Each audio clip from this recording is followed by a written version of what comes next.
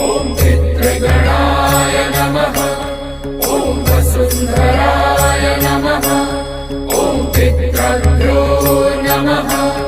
ॐ पितृवंशाय नमः। ॐ पितृदेवाय नमः। ॐ ब्रह्माय नमः। ॐ पितृगणाय नमः। ॐ वसुन्धराय नमः।